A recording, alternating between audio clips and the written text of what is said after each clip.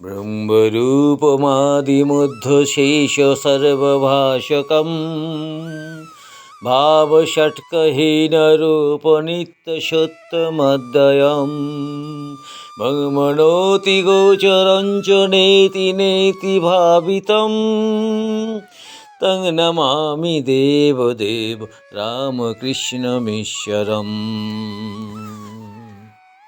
পরম পুরুষ শ্রী শ্রী রামকৃষ্ণ পরমহংসদেব, শ্রী শ্রী মা এবং স্বামী বিবেকানন্দকে আমার সশ্রদ্ধ প্রণাম জানিয়ে রামকৃষ্ণ কথামৃত থেকে দ্বিতীয় খণ্ডের নবম পরিচ্ছেদের শেষ অংশটি পড়ে শোনাচ্ছি।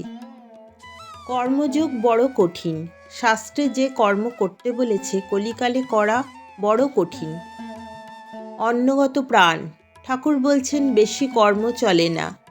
জ্বর হলে কবিরাজি চিকিৎসা করতে গেলে এদিকে রোগী হয়ে যায়, বেশি দেরি সয় না। এখন ডি গুপ্ত। কলিযুগে ভক্তিযুগ যোগ, ভগবানের নাম গুণগান আর প্রার্থনা। ভক্তিযোগই যুগধর্ম ব্রাহ্ম ভক্তদের প্রতি। তোমাদেরও ভক্তিযোগ। তোমরা হরিনাম করো, মায়ের নাম গুণগান করো, তোমরা ধন্য। তোমাদের ভাবটি বেশ। বেদান্তবাদীদের মতো তোমরা জগৎকে স্বপ্নবৎ বলো না। ওরূপ ব্রহ্মজ্ঞানী তোমরা নও। তোমরা ভক্ত। তোমরা ঈশ্বরকে ব্যক্তি বলো, এও বেশ। তোমরা ভক্ত, ব্যাকুল হয়ে ডাকলে তাকে অবশ্য পাবে। দশম পরিচ্ছেদ।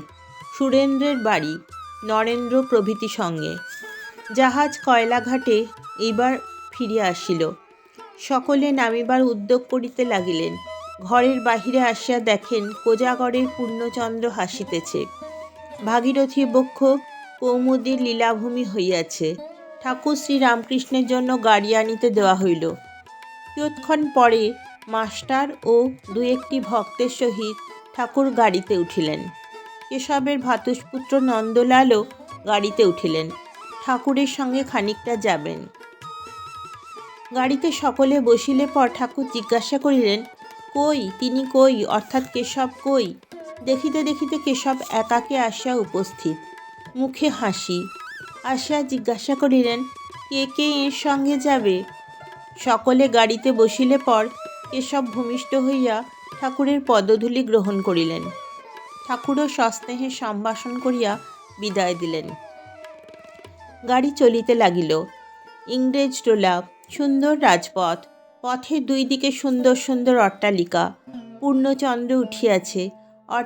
অট্টালিকাগুলি যেন বিমল শীতল চন্দ্রকিরণে বিশ্রাম করিতেছে। দ্বারদেশে বাষ্পীয় দ্বীপ, কক্ষ মধ্যে দীপমালা, স্থানে স্থানে হারমোনিয়াম পিয়ানো সংযোগে ইংরেজ মহিলারা গান করিতেছে। ঠাকুর আনন্দে হাস্য করিতে করিতে যাইতেছেন। হঠাৎ বলিলেন, আমার জল তৃষ্ণা পাচ্ছে, কি হবে, কি করা যায়? নন্দলাল ইন্ডিয়া ক্লাবের নিকট গাড়ি থামাইয়া উপরে জল আনিতে গেলেন। কাঁচের গ্লাসে করিয়া জল আনিলেন।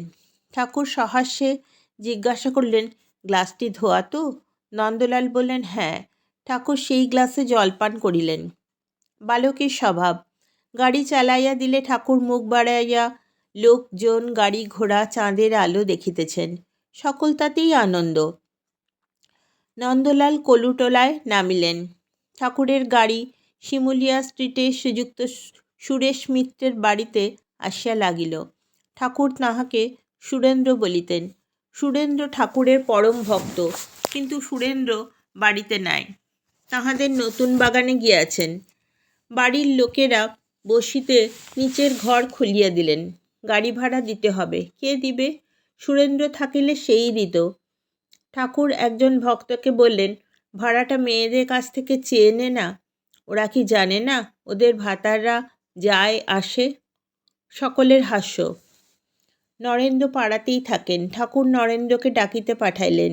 এদিকে বাড়ির লোকেরা দোতলার ঘরে ঠাকুরকে বসাইলেন। ঘরের মেঝেতে চাদর পাতা, দু চারটে তাকিয়া তার উপর।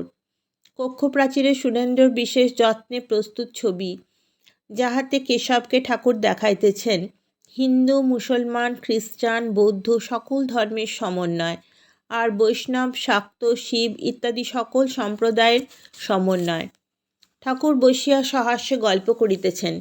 এমন সময় নরেন্দ্র আসিয়া পৌঁছিলেন। তখন ঠাকুরের আনন্দ যেন দ্বিগুণ হইল। তিনি বলিলেন, আজ কেশব সেনের সঙ্গে কেমন জাহাজে করে বেড়াতে গেছিলাম। বিজয় ছিল, এরা সব ছিল।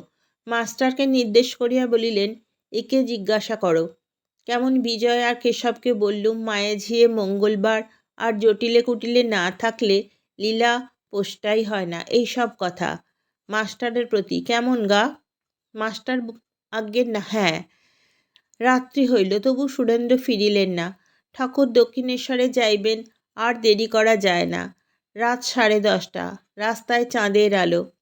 গাড়ি আসিল, ঠাকুর উঠিলেন। নরেন্দ্র ও মাস্টার প্রণাম করিয়া কলিকাতাস্থিত স্ব বাটিতে প্রত্যাগমন করিলেন। আজকের পাঠ এই পর্যন্তই। আপনারা আমার প্রণাম নেবেন, সুস্থ থাকবেন, ভালো থাকবেন। ঠাকুর শ্রী শ্রী রামকৃষ্ণকে আমার সশ্রদ্ধ ভক্তিপূর্ণ প্রণাম জানিয়ে আজকের পাঠ এখানেই শেষ করছি। যদি আমার এই পাঠ আপনাদের ভালো লেগে থাকে তাহলে চ্যানেলটি সাবস্ক্রাইব করবেন, আনন্দিত হব, এবং তাহলে আপনারা পরের পাঠগুলি সহজেই খুঁজে পেয়ে যাবেন। तं नमामि देवदेव रामकृष्णमीश्वरम्। तं नमामि देवदेव रामकृष्णमीश्वरम्।